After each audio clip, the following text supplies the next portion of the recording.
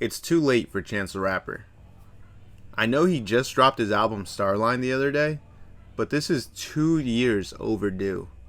Any shot Chance the Rapper had at a redemption arc is done for, and at this point, bro needs to move on to the next stage of his career. Don't get me wrong, Chance has had a great career compared to many artists. He just didn't live up to what hip hop fans thought he would be, and honestly, Chance has no one to blame but himself. In this video, we're going to talk about Chance the Rapper, his come up, his fall from grace, and why he'll never be able to come back to the mainstream. If you're new here, my name's Ron. I upload weekly videos on hip hop and behind the scenes, so be sure to subscribe. It helps me out a ton. And with that being said, let's get right into the video. Let's rewind to where this all started. Back in 2012, Chance was just another Chicago kid trying to rap. He got suspended for 10 days in high school, and instead of soaking, he turned that suspension into a mixtape and called it 10 Day. That right there made his story perfect. Most kids get suspended and spend that time playing Xbox and eating hot Cheetos, but Chance made a whole career out of it. But it's 2013's acid rap that really made a name. This wasn't just some SoundCloud mixtape, this was one of those projects where you could feel something new happening. Songs like Cocoa Butter Kisses, Juice, and Acid Rain made him stand out. He was fun, he was weird, he was rapping about cigarettes and candy like a Nickelodeon character on psychedelics, but somehow it worked. And he wasn't trying to be a gangster rapper, he wasn't trying to be Kendrick preaching sermons, he was just Chance. The uniqueness around him felt real. Hip hop fans love when an artist feels authentic. By 2016, Coloring Book took him to another level. The project was bright, gospel infused, and uplifting. It won 3 Grammys, including Best Rap Album, and it was the first streaming only project to win one. He had the Obama cosign, he performed on SNL, and he was the people's champ. Chance wasn't just a rapper anymore, he was the face of independence. No label deal, no compromises, just a kid from Chicago proving you could blow up on your own. At this point, Chance felt untouchable. He was the good guy of rap, the role model, the one who everyone wanted to be. And that's what makes what happened to him next so brutal. The peak of Chance's career was beautiful. He was getting Kanye cosigns, delivering iconic verses like the one on Ultralight Beam. His number 3 hat became as recognizable as Pharrell's giant hat, and he was everywhere. Sprite commercials, Kit Kat commercials, Apple Music deals. For a while, Chance was seen as the future of the industry. He was supposed to be the guy that proved that you didn't need to play by the label's rules to win. Parents loved him, critics loved him, kids loved him. He was the Ned Flanders of hip hop. Family friendly, wholesome, but somehow still cool. Everything was lining up perfectly. All he needed to do was deliver a classic debut album. But instead, he delivered The Big Day. This was supposed to be Chance's movement. This was supposed to be Chance's moment. The long-awaited official debut album, after years of hype, fans were expecting something on the level of Acid Rap or Coloring Book, but bigger. This was supposed to cement him as a legend. Instead, what we got was an hour-long wedding reception playlist. Don't get me wrong, loving your wife is cool, but Chance managed to turn one of the happiest things in his life into some of the most boring music of his career.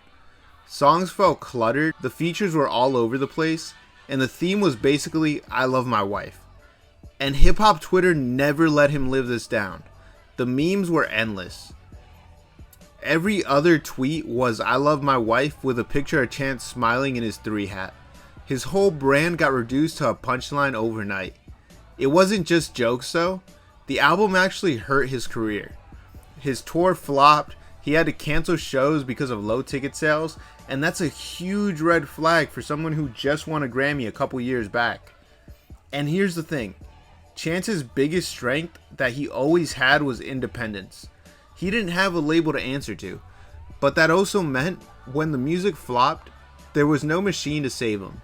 No marketing push to distract from the criticism, no A&R to help him refine things. He was just out there, raw and vulnerable. And fans weren't feeling it. To make it worse, Chance leaned even harder into commercials and brand deals around this time. He went from the independent hero of hip hop to that guy that was in the Kit Kat commercial. He went from revolutionary to corny. And in hip hop, once people start to call you corny, it's hard to come back. After the big day, Chance the Rapper basically disappeared. Sure, he had some singles here and there, but none of them stuck. Nothing captured the magic of his earlier work. The worst thing an artist can do after a flop is to go quiet for too long. Chance went silent. 6 years without a real project, that's an entire generation in rap. To put it into perspective, in those 6 years, we saw the rise of Lil Baby, Roddy Ricch, Yeet, Ice Spice, and a dozen other waves come and go.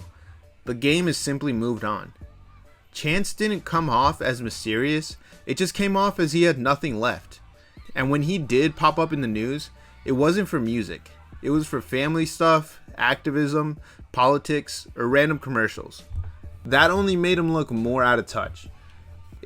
Waiting 6 years to drop again is like leaving food in the microwave and expecting it to still be warm when you come back. Because bro, it's cold now. Nobody's eating. Now it's 2025 and Chance finally drops Starline. The problem is, it's too late. Fans have moved on. The culture doesn't really care anymore. Even if the album is good, let's be real. It's not going to be acid rap level of good. The timing is all wrong. Momentum is everything in music.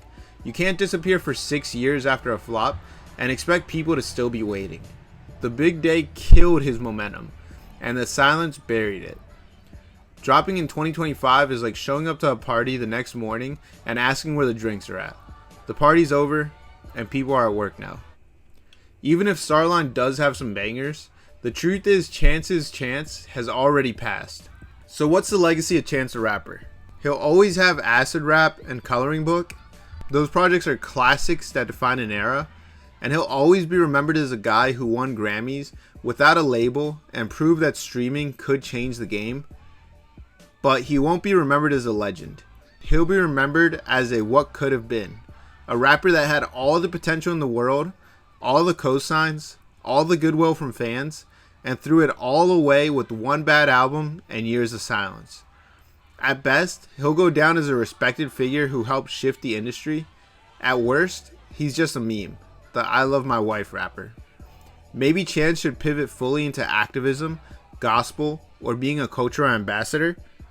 There's still a place for him in this world, but as far as mainstream rap goes, that ship sailed in 2019. Chance had his time, he had his moment, and he blew it. And at the end of the day, it's too late now.